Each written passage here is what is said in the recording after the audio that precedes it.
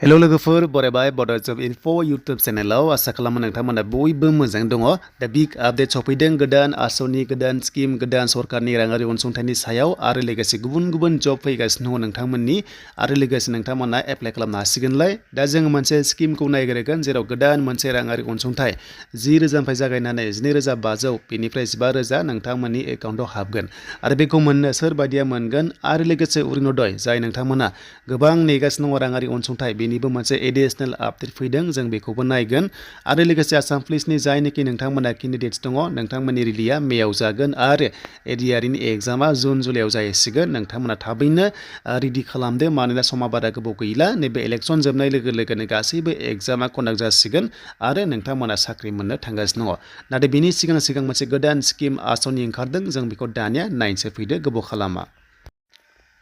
बेनिफ्राय आसाम सेक्रेटारिनि आन्दाराव दा बावैनो 350नि खाथियाव भेकेन्सिस ओंखारसिगोन जेराव JAA पस्ट दङ बेनिफ्राय कम्पिउटार एसिस्टेन्ट दङ बा अपारेटर दङ बेनिफ्राय गुबुन डाटा एन्ट्रि दङ आरो लोगोसे गुबुन जब दङ ग्रेड 3 लेभेलाव थाबैनो नोंथांमोना भिडिअ मोनगोन नेक्स्ट लेभेलाव दानिया जों नायसै बे स्किमा मा आरो बे स्किमा जाबाय आसाम बाजेटआव पास खालामखाबाय आसाम बाजेटआव ओंखारबाय बेनो जाबाय मुख्यमन्त्रि निजुत मयना होननाय 240 कौटि बेयाव राङारि अनसुंथाइ बाजेट खालामदों आरो बेयाव सोर बायदिया मोनगोन सोर सेलेक्ट खालामगोन जों बेखौ दानिया नायनोसै दा नोंथांमोना जाय बड' जब इनफो यूट्यूब चेनेलाव गोदानै फैदों साबस्क्राइब खालामना ला जेब्लायबो गभर्नमेन्ट साख्रि आरो आस'निनि बागै बा लननि बागै नोंथांमोना आपडेट मोननो हागोन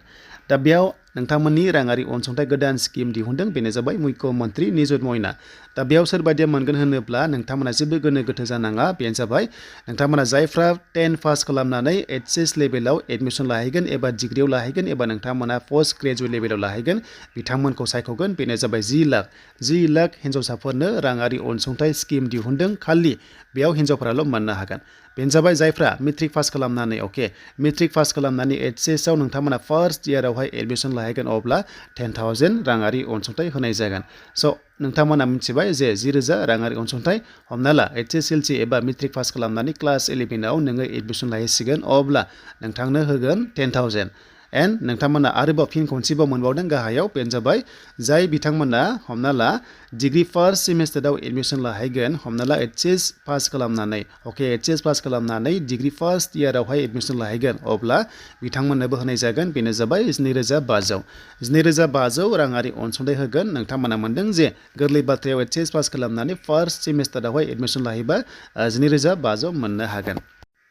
बेनिफ्राय जेब्ला डिग्री पास जाबाय अब्ला नोंथांमोना 15,000 मोनगोन जेरैहाय पोस्ट ग्रेजुवेटआव नोंथांमोना फार्स्ट इयारावहाय एडमिसन लाहैबा 15,000 मोनगोन नाथाय बेयाव पार्सेन्टनि खोथा जेबो होनाखै जेबो पार्सेन्ट नाङा